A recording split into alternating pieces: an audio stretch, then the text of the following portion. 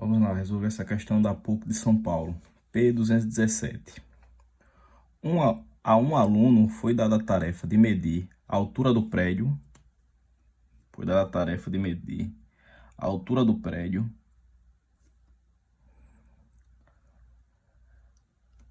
da escola que frequentava. O aluno então pensou em utilizar seus conhecimentos de óptica geométrica e mediu.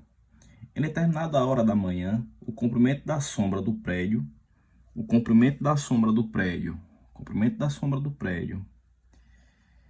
e a dele próprio, projetadas na calçada,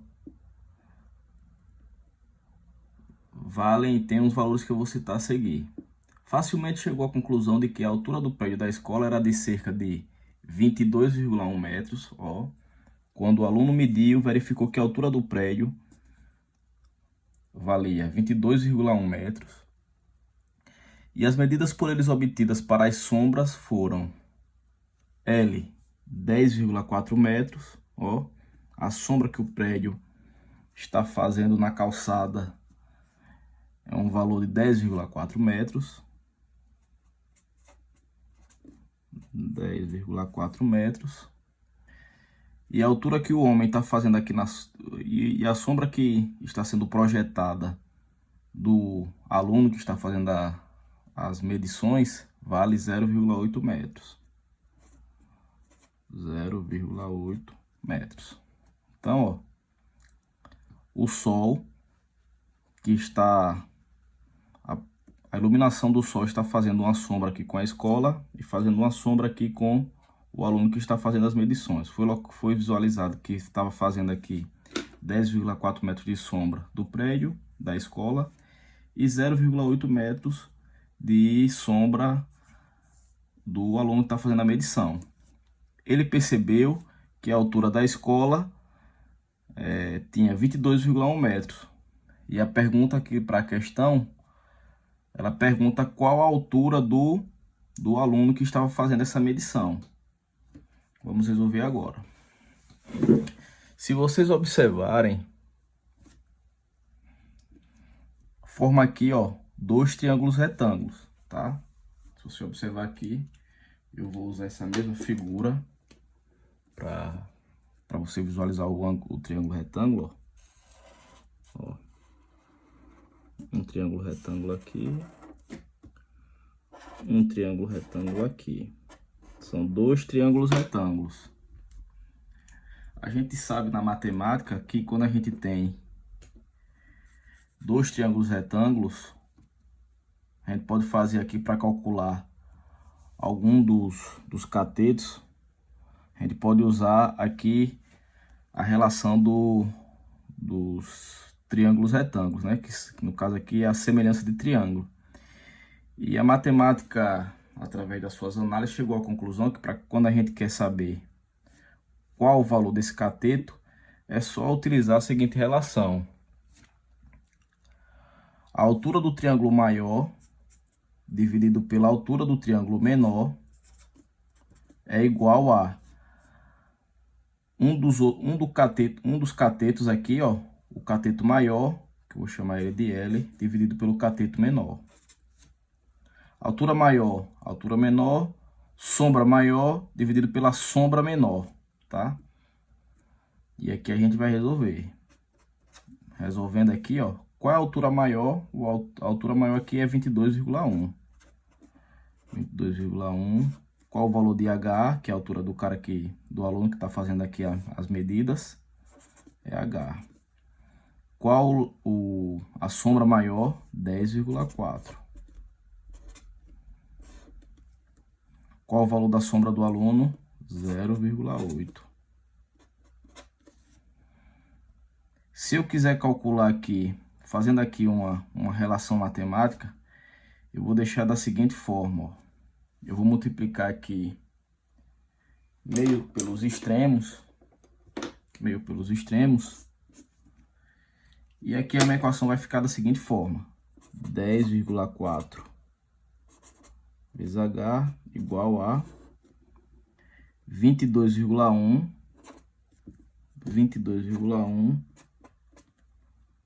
vezes 0,8. Passando aqui para o outro lado. 10,4H é igual a 22,8 vezes 0,8. Calcular aqui. 22,1 vezes 0,8. Eu vou ter 17,68. H igual a 17,68 dividido por 10,4. Quem está multiplicando passa dividindo, que é o 10,4. Logo, a altura do estudante que está fazendo essa medição, eu posso concluir que é igual a dividido por 10,4, 1,7. 1,7 metros. O aluno ele tem 1,70 m, tá? Ou 1,7 metros. Beleza? Essa daí é a minha altura, é a altura do aluno que está fazendo as medições. Ou seja, dando prosseguimento aqui às questões, vamos entrar agora na questão T206. Vamos lá. Aqui está um recorte da música Seu Olhar, de Gilberto Gil. Seu Olhar, de Gilberto Gil. E é que ele entra aqui na questão. Na eternidade eu quisera ter tantos anos-luz quantos fosse precisar para cruzar o túnel do seu tempo, do seu olhar. Veja que esse anos-luz aqui que ele mencionou está se referindo a uma questão de idade, ou seja, uma questão de tempo. Só que a gente estudou em outra oportunidade, lá na atividade 1, que o termo ano-luz não representa tempo. O termo ano-luz representa distância. Portanto, a resposta aqui para essa questão, Gilberto Gil usa na letra da música a palavra composta ano-luz. O sentido prático, em geral, não é obrigatoriamente o mesmo que na ciência. Na física, um ano-luz é uma medida que relaciona a velocidade da luz e o tempo de um ano e que, portanto, se refere a, como eu mencionei anteriormente, a resposta é a letra C, distância. Beleza? Distância. Vamos lá resolver a questão 219, do Enem também. A sombra de uma pessoa que tem 1,80 m de altura mede 60 centímetros. A sombra de uma pessoa de 1,80 m, no momento que o sol está aqui em um determinado canto, gera 60 centímetros de sombra, tá? Que eu vou chamar aqui de Dzinho. No mesmo momento, ao seu lado, a sombra projetada de um poste mede 2 metros. Ele diz que a sombra projetada de um poste mede 2 metros. Aqui, ó. 2 metros. E aqui nós temos uma altura de um poste. Se mais tarde a sombra do poste diminui 50 centímetros, eu vou deixar essa segunda parte aqui para fazer depois. Vamos logo saber aqui a altura do poste. Vamos lá. Parte 1. Identificando o tamanho real do poste. Nós sabemos que aqui nós temos uma questão, novamente, de semelhança de triângulo. Ó, um triângulo aqui, triângulo retângulo aqui. E aqui, ó, nós temos um outro triângulo, um outro triângulo retângulo. Aplicando aqui a semelhança de triângulo, que é facinho, ó. A altura maior dividido pela altura menor. A distância maior, ou sombra maior, dividido pela sombrazinha menor, que eu vou chamar de Dzão. Então, vamos lá. A altura maior, que é o que eu estou querendo saber, dividido pela altura menor, que ele já disse na questão que é 1,80 m, que é aqui a altura do cidadão que está sendo mencionado na questão. Distância maior, 2 metros. 2 metros. E a distância menor, 0,6. Aplicando aqui a meio pelos extremos, nós temos que a altura maior, 2 vezes 1,8 dividido por 0,6. Logo, a altura vai ser 6 metros. 2,1 vai dar aqui, 2 vezes 1,8 vai dar 3,6 dividido por 0,6. 3,6 dividido por 6 dá quanto? Dá 6 metros, ou seja, a altura do poste vale 6 metros. Vamos agora aqui para uma parte 2 da questão. Vamos aqui para a parte 2. Parte 2. Parte 2. Ele fala o seguinte. Se mais tarde a sombra do poste diminuiu 50 centímetros,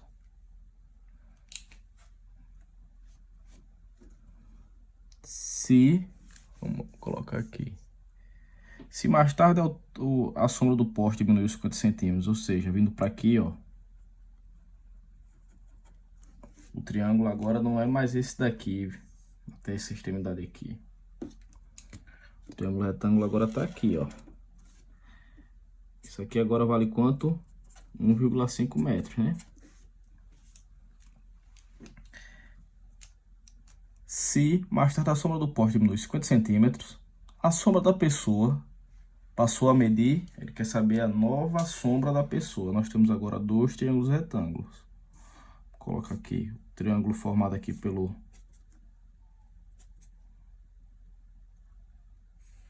Vou botar aqui, ó. Ele agora quer saber essa distância aqui, a nova sombra formada quando a sombra do poste vai para 1,5 metros. A altura do homem não muda, né? 1,8 metros. A altura do poste também não muda. Então, nós temos aqui um poste.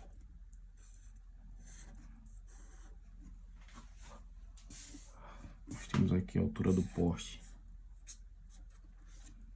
que vale 6 metros. E aqui agora a nova sombra foi de 1,5 metros. Ele quer saber a nova sombra formado pelo homem. Vamos lá, mesma relação. H maior dividido por H menor, D maior dividido por D menor. O H maior é 6 metros, que é a altura do poste. A altura menor, que é a altura do homem, vale 1,8 metros. A distância maior, ele disse que era quando diminuísse 50 centímetros, ou seja, a distância dessa sombra aqui, ó, vale 1,5 metros. Ele quer saber essa nova distância aqui, Dzinho. Novamente aqui aplicando o meu pelos extremos, nós ficamos com 6 vezes D igual a 1,5 vezes 1,8. 1,5 vezes 1,8.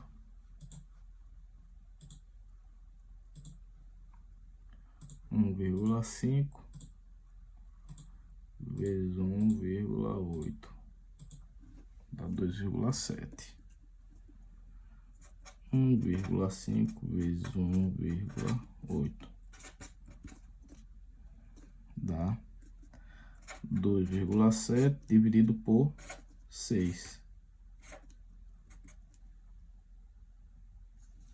2,7 dividido por 6 dá 0,45 metros ou 45 centímetros. Essa daqui, ó, vale 45 centímetros. A nova sombra formada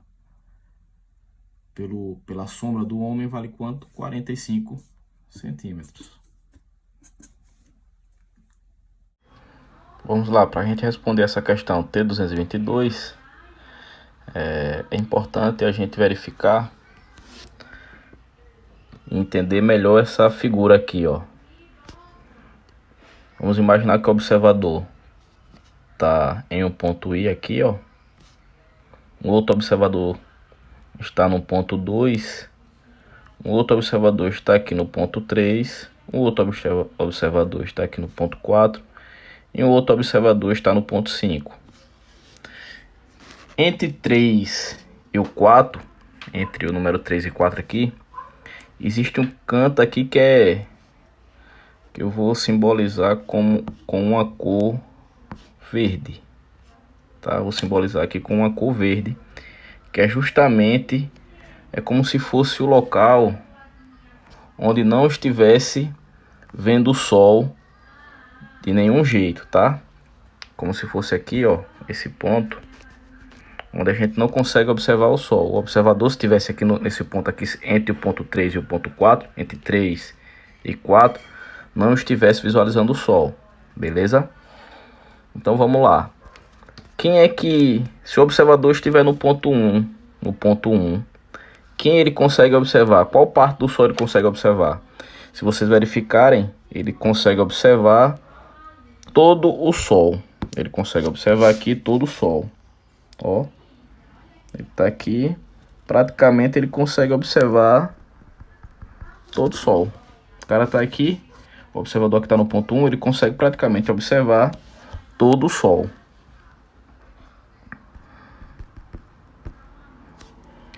Se o observador estiver no ponto 2, o observador consegue verificar praticamente a metade do sol. Ele consegue ver aqui, praticamente consegue observar praticamente a metade do sol. Ele vai visualizar tudo isso aqui, ó.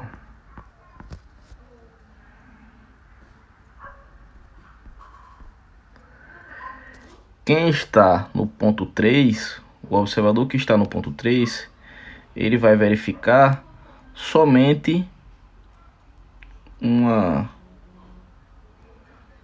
parte bem pequenininha do sol, que é essa parte aqui, ó. Praticamente essa banda aqui do sol, uma partezinha menor.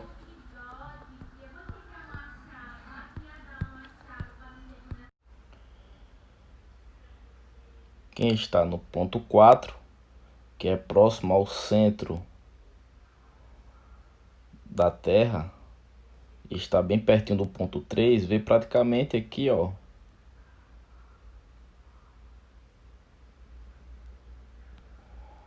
uma parte menorzinha do sol.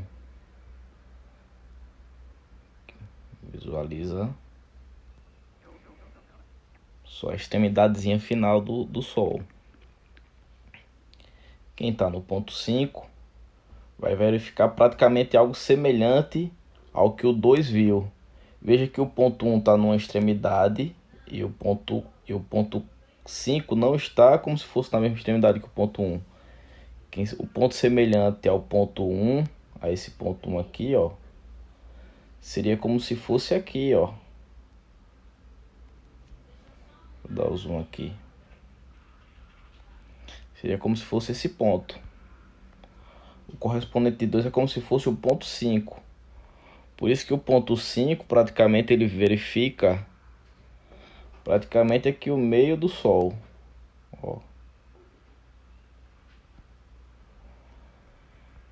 Já essa extremidade aqui não. Essa extremidade aqui, se eu fosse chamar ela de 6, se eu fosse chamar ela aqui de 6, seria praticamente visualizado o sol todo.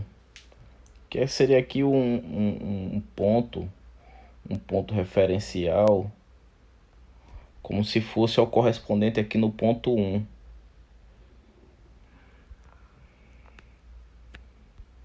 Praticamente verificado aqui como se fosse no ponto 1.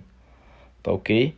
Então o ponto 5 praticamente vê aqui, ó, a metade do sol, que é algo semelhante ao que o 2 também verifica. O 2 também praticamente verifica a metade do sol. Vamos imaginar que nós temos aqui, ó, 5 observadores. 5. Quem é que está verificando essas imagens aqui abaixo, que eu vou chamar de A, B e a imagem C. Quem é que vê A? Qual observador está visualizando o Sol desta forma? Pelas análises que a gente fez anteriormente, o que mais se aproxima de ver aquela parte lateral do Sol, só a parte bem fininha do Sol, seria aqui o observador na parte 3. Ele quem pega praticamente o Sol, aqui ó, o finalzinho não ficou bom, ó.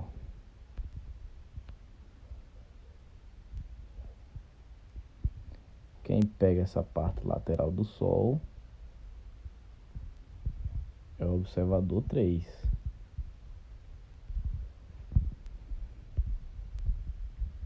Quem é que visualiza essa imagem aqui de B? Quem é que vê aqui praticamente a metade do Sol? É o 4, que faz fronteira com o 3. Se o 3 vê só uma filepinha, o 4 vê o Sol pela metade, não.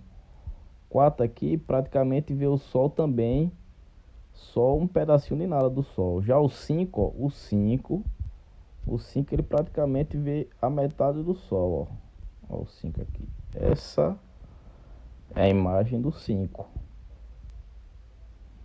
Praticamente o observador 5 vê essa metade do Sol aqui, ó. O 5 praticamente está observando a metade do Sol. Já se a gente pegar aqui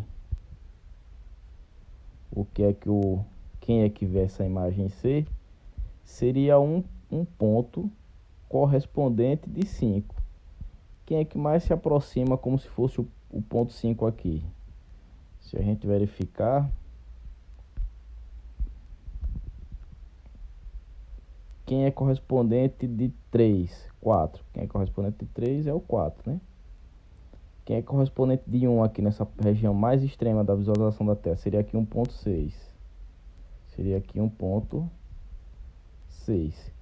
Quem é o correspondente de 5 para ver a metade aqui? Quem é? O 2, ó. O 2 é quem vê essa outra parte aqui do Sol. Portanto, dentre os itens que a gente tem aqui, o que fica mais próximo daquelas observações que a gente fez é o item A. 3 vê um pedacinho de nada do Sol. E 5 e 2 vê praticamente a metade do Sol. E um detalhe que a gente tem aqui também é que você não vai conseguir verificar a imagem nessa situação aqui em 3D, tá? Porque a imagem, o plano aqui, ele é um plano em 2D, em 2 dimensões só. A figura que a gente tem aqui são figuras em 2 dimensões.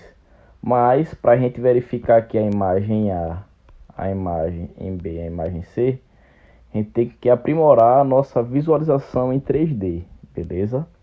A análise foi feita em 2D, por isso que a gente só fica visualizando. Por isso que eu falo a extremidade do Sol. Por isso que eu falo metade do Sol. Por isso que eu falo metade do Sol. E por isso que eu falo a outra metade do Sol. Só que partindo do princípio em 3 dimensões, a gente visualizaria nessas seguintes imagens aqui que a gente colocou para vocês como imagens A, B e C. Beleza? Então, questão T222, a resposta é a letra A. A resposta é a letra A. Beleza?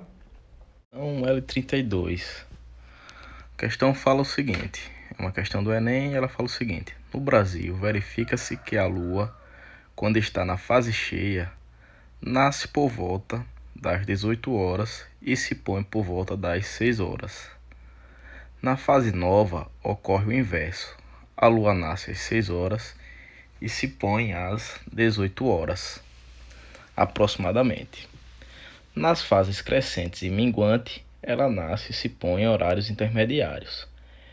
Através desse texto que a gente leu até aqui, né? Eu montei aqui as fases da Lua, né? Na Lua nova, ela nasce às 6 horas e se põe às 18 horas. A Lua crescente, ela nasce às 12 e se põe às 0 horas. A Lua cheia nasce às 18 horas e se põe às 6 horas. E a Lua minguante nasce às 0 horas e se põe às 12 horas. A partir dessa descrição que eu já fiz aqui, e sabendo as fases da Lua, sabendo aqui essas fases da Lua, a gente vai verificar o seguinte.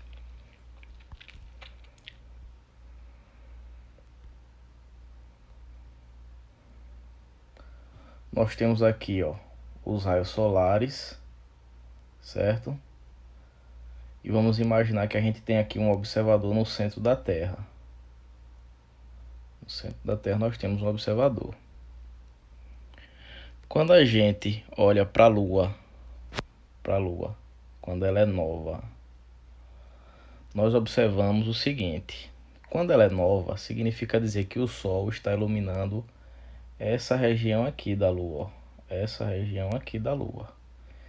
Se está iluminando essa parte da Lua, praticamente esse lado da Lua praticamente fica tudo escuro e a gente não vê. Mas chega um instante quando o Sol, vamos dizer, chega a clarear um trechozinho bem superficial da Lua. Por isso que a gente chama ela de Lua nova, porque a gente vê praticamente um pedacinho de nada da Lua. A gente vê a Lua dessa forma aqui, ó. Por isso que a gente vê aqui, ó, a Lua dessa forma.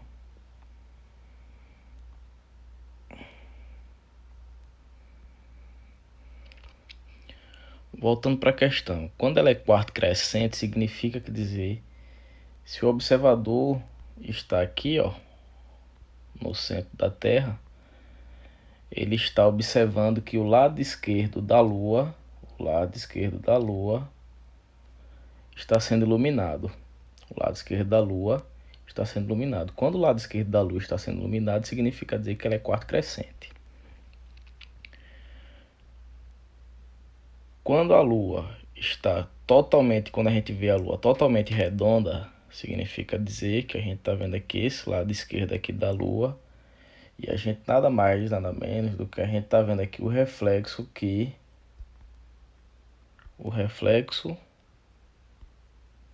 dos raios luminosos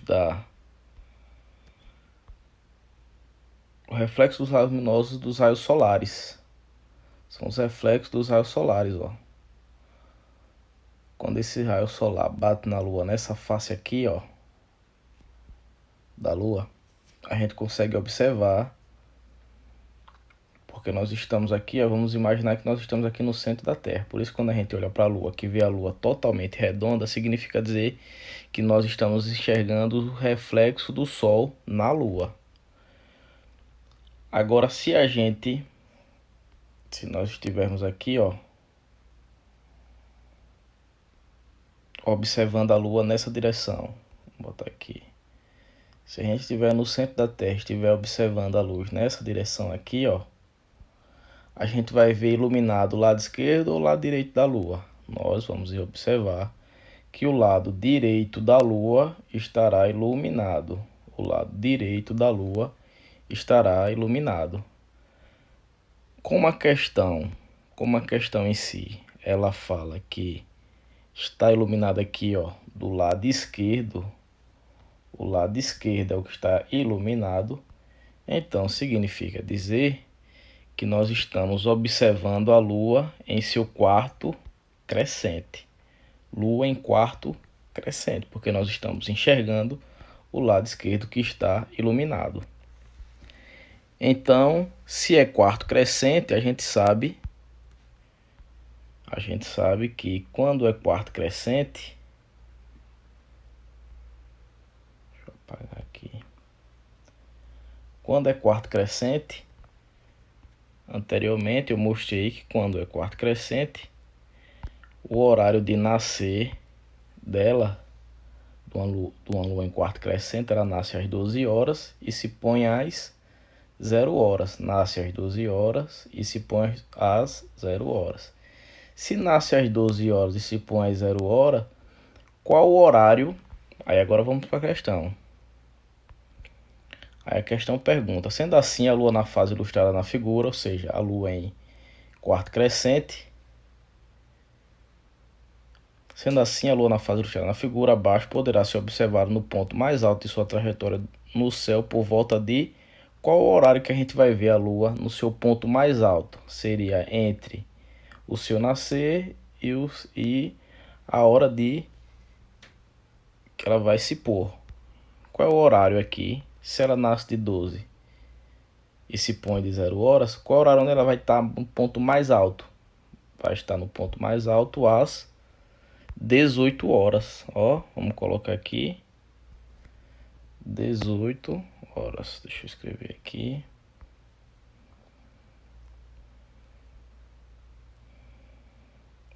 Estará entre 12 horas e 0 horas. Quem é que está entre 12 horas e 0 horas? Quem é? 18 horas. Beleza? Entre 12 horas e 0 horas nós temos 18 horas. Ou seja, 6 da tarde. Então a resposta aqui, ó, a resposta para essa questão seria a letra E, 6 horas da tarde.